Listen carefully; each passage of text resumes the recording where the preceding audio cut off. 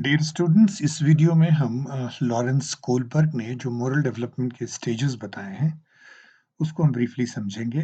CTET में हर साल usually एक क्वेश्चन इससे ज़रूर आता है। किस तरीके से आता है वो भी मैं आपको एग्जांपल देके आगे बताऊंगा। पहले हम थोड़ा लॉरेंस कोलबर्ग और उनकी जो मोरल डेवलपमेंट के स्टेजेस हैं, उनके बारे में हम बात करते हैं। लॉरेंस कोलबर्ग अमेरिकन साइकोलॉजिस्ट हैं, जो अपनी मोरल डेवलपमेंट के स्टेजेस की थियरी के लिए जाने जाते हैं। जीन पियाजे की जो थियरी थी मोरल डेवलपमेंट की, उससे ये बहुत अधिक प्रभावित थे। जो ऑफ कोर्स इनकी थियरी के कोई 25 साल पहले डेवलप हुई थी। कोलबर्ग की थियरी जो थी, उसने पियाजे के आइडियाज को तो आगे बढ़ाया ही।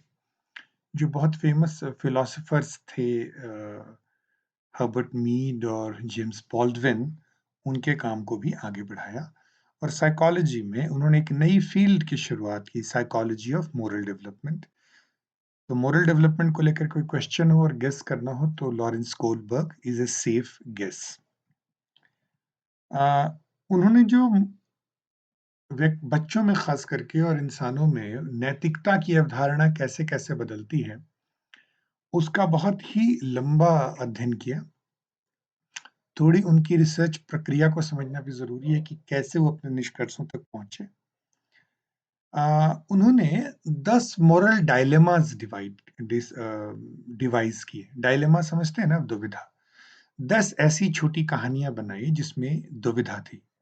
एक कहानी का मैं आपको क्विक एग्जांपल देता हूँ। हाइन्स की स्टोरी है, ये काल्पनिक कहानी है। हाइन्स की कहानी ये है कि हाइन्स की वाइफ को एक यूनिक तरीके का कैंसर हो गया था और डॉक्टरों ने कहा कि इसका इलाज अभी-अभी शहर के ही एक बहुत मशहूर केमिस्ट ने ढूँढा है, लेकिन वो अभी दवाई मार्केट में नहीं आई है, आप जाइए उनसे दवाई लीजिए। तो जो केमिस्ट था जिसने वो दवाई बनाई थी, उसने बहुत महँगी कीमत रखी थी, जितना उसका कॉस्ट था उसके 10 गुना कीमत पे वो उसको बेचने के लिए तैयार हुआ।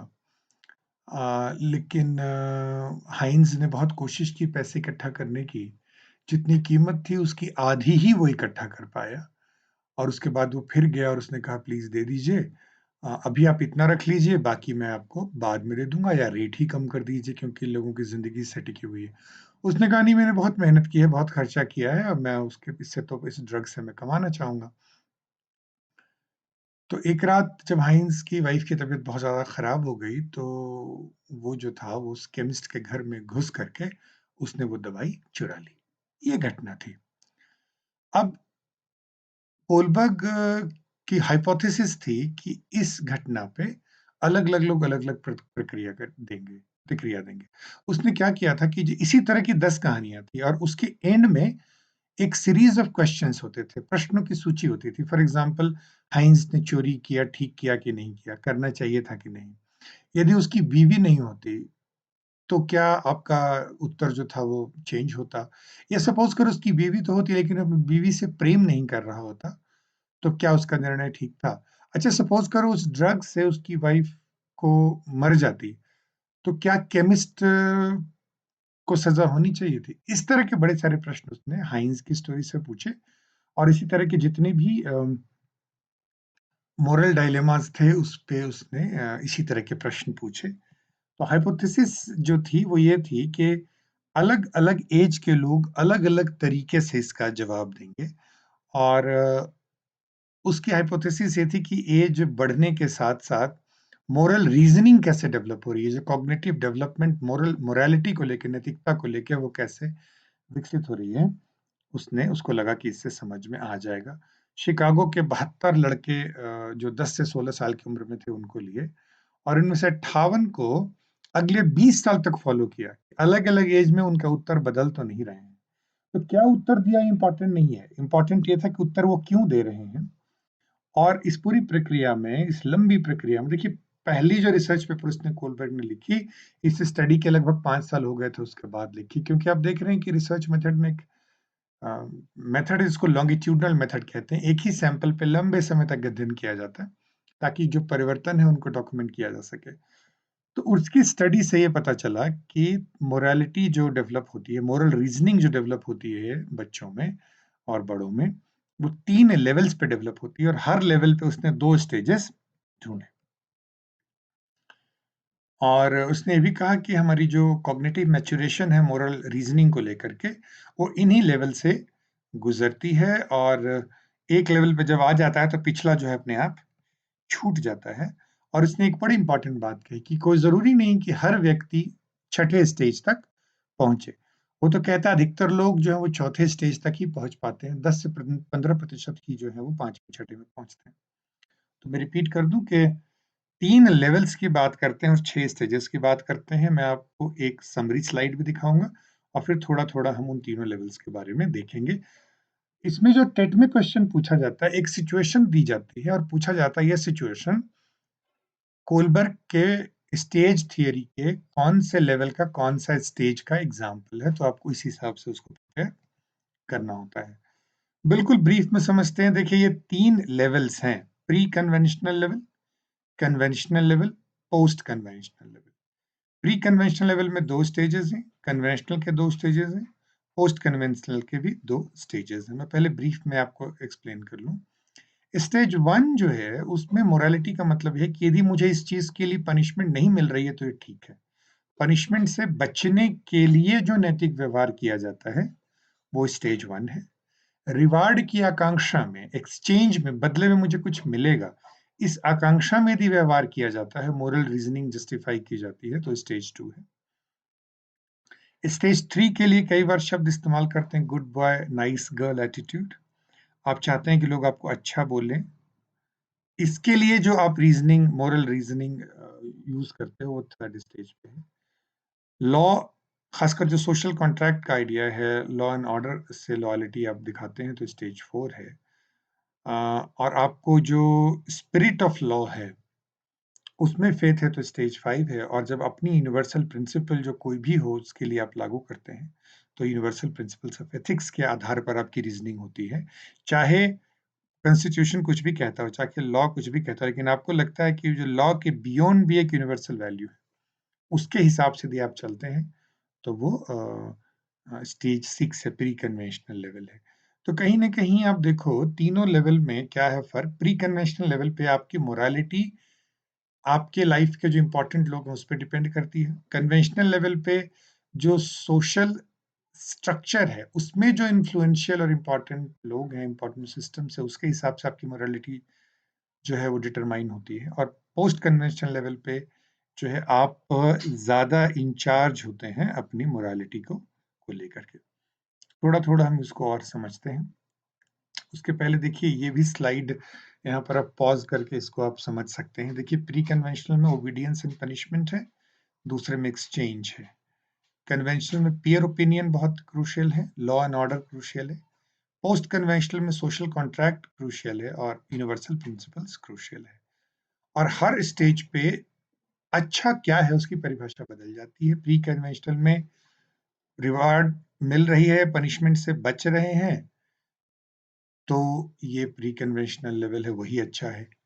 कन्वेंशनल लेवल पे हम ये देखते हैं कि आपके फ्रेंड्स और पीयर्स का अप्रूवल है, कम्युनिटी का अप्रूवल है, तो वो कन्वेंशनल लेवल पे। पोस्ट कन्वेंशनल में है कि जो लार्जर प्रिंसिपल्स हैं, वो डिटरमाइन कर रही हैं उसको, तो पोस्ट कन्वेंशनल लेवल है।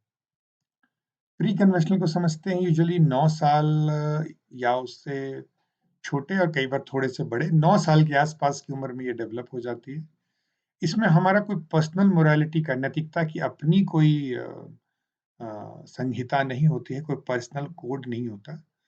और ये जो एडल्ट्स के स्टैंडर्ड होते हैं, ख़ास करके जो कॉन्सिक्वेंसेज़ हैं, पॉज़िटिव कॉन्सिक्वेंसेज़ हैं, तो हमको लगता है वो ठीक है, नेगेटिव कॉन्सिक्वेंसेज़ हैं, तो हमको लगता है वो ठीक नहीं है। और जो अथॉरिटी है, वो आउटसाइड इंडिविजुअल है। और रीज़निंग जो है फिज़िकल कॉन्सिक्वेंस, डंडा पड़ रहा है तो बुरी चीज़ है और टॉफ़ी मिल रही है तो अच्छी चीज़ है। ये प्री कन्वेंशनल मोरालिटी है। पहला जो स्टेज है, वो है obedience and punishment orientation. A, punishment से यदि बचते हैं तो डंडा खाने से बच गए हैं, इसका मतलब ये अच्छा व्यवहार है, ये मोरली जस्टिफाइड है। यदि हम ऐसे जस्टिफिकेशन देते हैं तो वो पहला stage obedience and punishment orientation. दूसरा इंडिविजुअलिज्म एंड एक्सचेंज ओरिएंटेशन है। यहाँ पर आपको लगता है कि एक ही व्यू जो है वो राइट है, वो कोई ज़रूरी नहीं है। डिफरेंट लोगों की डिफरेंट ओपिनियन हो सकती है, लेकिन यहाँ पर हमारा फोकस इंडिविजुअल पे है और एक्सचेंज पे है। जैसे अम, मैं आज आपको टॉफ़ी इसलिए दे रहा हूँ ताकि कल आप मुझे दें, या कल मैं आपसे क्लेम कर सकूँ कि देखो मैंने पिछले कल तुमको दिया था, आज तुम मुझे दो। तो जब रिवार्ड पर मोरालिटी डिपेंड करती हो, एक्सचेंज ऑफ रिवार्ड्स पे डिपेंड करती हो, तो उसको इंडिविजुअलिज्म या एक्सचेंज फेज कहते हैं, जो प्री कन्वेंशनल का सेकंड स्टेज है। लेवल 2 में अधिकतर एडोलेसेंट और एडल्ट आते हैं, जिसमें हम मोरल स्टैंडर्ड्स जो हैं, आपके एडल्ट रोल मॉडल के जो मोरल स्टैंडर्ड्स हैं, वो हम इंटरनलाइज कर लेते हैं। और अथॉरिटी, जैसे पेरेंट्स यदि आपके हैं बहुत पावरफुल, या टीचर पावरफुल हैं, या बड़े भाई बड़ी बहन पावरफुल हैं, तो उनके जो मोरल स्टैंडर्ड्स हैं, वो आपके लिए, जैसे उनके हिसाब से लगता है कि सुबह उठना चाहिए या बड़ों के पैर छूने चाहिए, तो आप इसको विदाउट क्वेश्चन इसको एक्सेप्ट कर लेते हैं, आप उसको इंटरनलाइज कर देते हैं, आप उन्हीं की तरह बिहेव करना शुरू कर देते हैं। तो बाहर-बाहर आप किसी रिवार्ड या पनिशमेंट की वजह से नहीं कर रहे, पनिशमेंट से बचने या रिवार्ड पाने के लिए नहीं कर रहे हैं।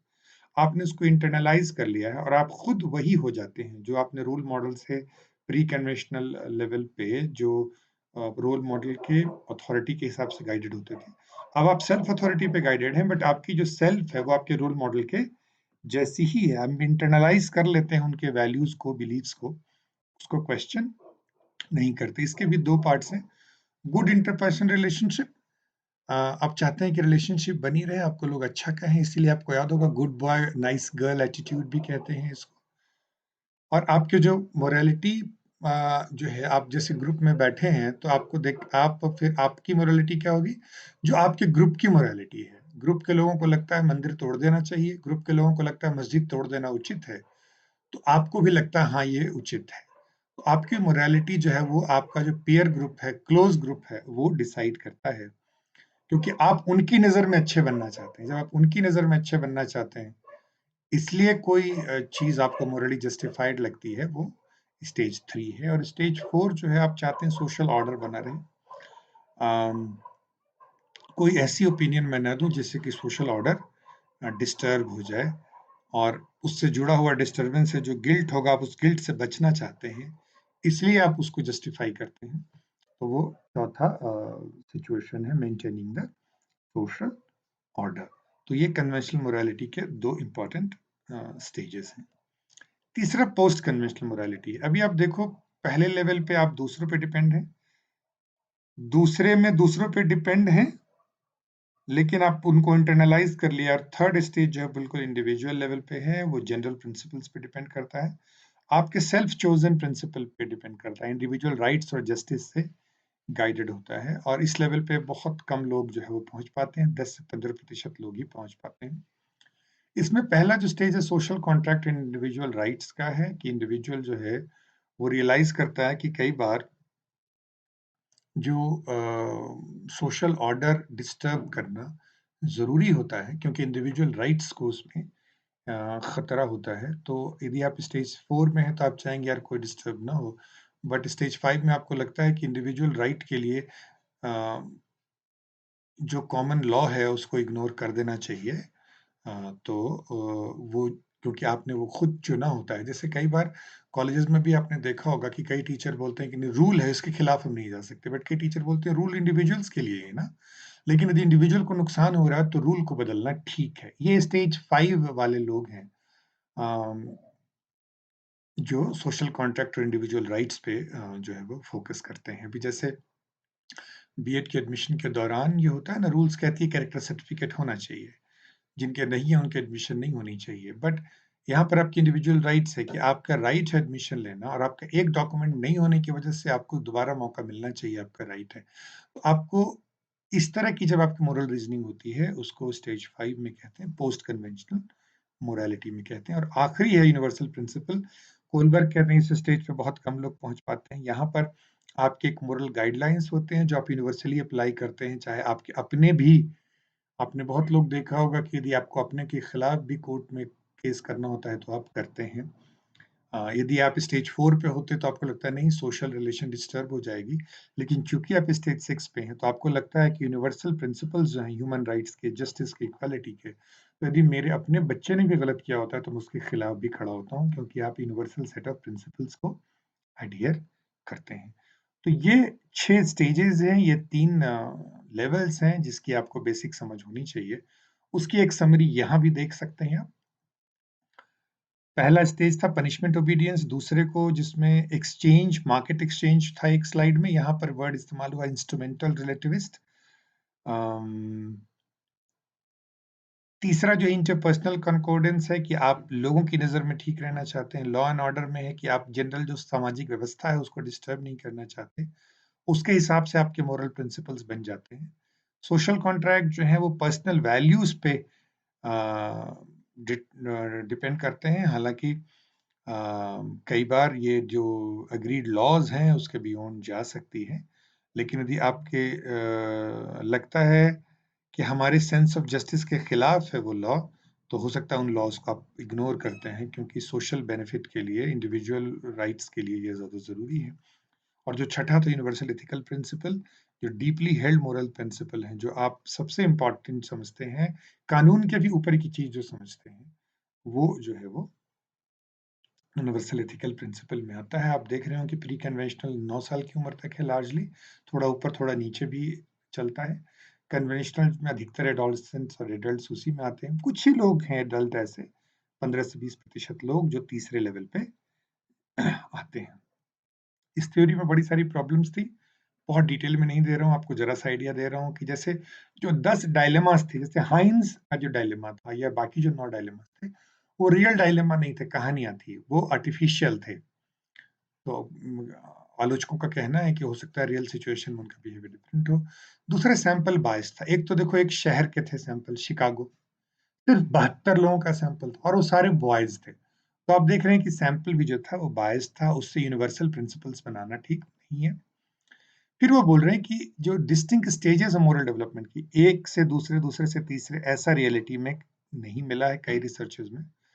फिर एक चीज़ ये भी है कि मान लो आपकी मोरल जजमेंट तो ठीक है कि आप को लगता है ऐसा करना चाहिए फलानी वजह से। लेकिन आपका जो एक्चुअल बिहेवियर है, वो आपका जो जजमेंट है वो बिल्कुल 2 चीज़ें होंगी। तो वो कह रहे हैं कि जो रियल सेंस में जो कॉग्निटिव मैच्योरेशन के साथ मोरल रीज़निंग जो इस हिसाब से चेंज हो रही है, वो डाउटफुल है। और साथ में जो इन्होंने एंड में कहा है कि जो जस्टिस है वो फंडामेंटल मोरल प्रिंसिपल है, ये भी विवाद का विषय है। कई लोग कहते हैं केयर जो है वो ज़्यादा इम्पोर्टेंट प्रिंसिपल है, कई लोग इक्वालिटी की बात करते हैं, कई लोग लव की बात करते हैं, कई लोग डिपेंडेंस। अलग-अलग लोगों के हिसाब से अल्टीमेट मोरल प्रिंसिपल कुछ और है। बट कोलबर्ग जो है वो जस्टिस को मानते हैं। तो उनकी थियरी में बड़े सारे आलोचनाएँ हुई हैं, बाद में कुछ सपोर्ट भी मिला है रिसर्च द्वारा। लेकिन अभी के आपके एग्ज़ाम के पॉइंट ऑफ व्यू से आपको समझने की ज़रूरत ये है कि कौन से लेवल पे हम रीज़निंग कैसे इस्तेमाल करते हैं। एक फाइनल एग्ज़ाम्पल मैं और दे दूँ ताकि आपको ये जो 6 लेवल्स हैं, ये जो 3 स्टेजेज़ हैं वो क्लियर हो जाएँ। देखो एग्ज़ाम में आपको नकल करने का मौका मिलता है और एग्ज़ाम में आप कॉपी नहीं करते हो क्योंकि आपको पता है कि कॉपी करेंगे तो डंडा पड़ेगा। आप डंडे से बचने के लिए कर रहे हो, आप स्टेज 1 पे हो। दूसरा जिन लोगों ने नकल नहीं की है, उनको पैसे दिए हैं सरकार ने। आप इसलिए नकल नहीं करते हो, आप रिवार्ड चाहिए एक्सचेंज में नकल नहीं करने के बदले, तो आप स्टेज 2 पे हो। फिर आपको लगता है कि मेरे बगल में जो बैठा है, जो मेरे टीचर एग्ज़ामिनर है जो मेरे इन्विजिलेटर ड्यूटी पे है, वो मुझे बुरा ना समझे इसलिए मैं नकल नहीं कर रहा हूँ। तो आप देख रहे हो, आपका बिहेवियर सब में सेम है, लेकिन आपकी जो मोरल रीज़निंग अलग-अलग लेवल पे है। तो आप इसलिए नकल नहीं कर रहे हैं ताकि लोग आपको गलत ना समझें। और चौथा आपके नकल करने से वहाँ की कक्षा की सामाजिक व्यवस्था डिस्टर्ब हो जाएगी, तो आप चौथे लेवल पे हैं। आप नकल इसलिए नहीं कर रहे हैं क्योंकि कानून की धारा उसके खिलाफ गैर कानूनी है, तो आप स्टेज 5 पे हैं। और आपको लगता है नकल करना खुद को धोखा देने जैसा, तो आप स्टेज 6 पे हैं। तो मेरे ख्याल से आपको जो 6 स्टेजेज़ हैं वो समझ में आ गए होंगे। इसी के अराउंड क्वेश्चन्स पूछे जाते हैं, कोई एक घटना दी जाती है, एक प्रतिक्रिया दी जाती है और आपको पहचानना होता है कि कौन से स्टेज की, कौन से लेवल की ये प्रतिक्रिया है। तो आई होप कि आपको कोलबर्ग की जो थ्योरी है, वो समझ में आ गई हो।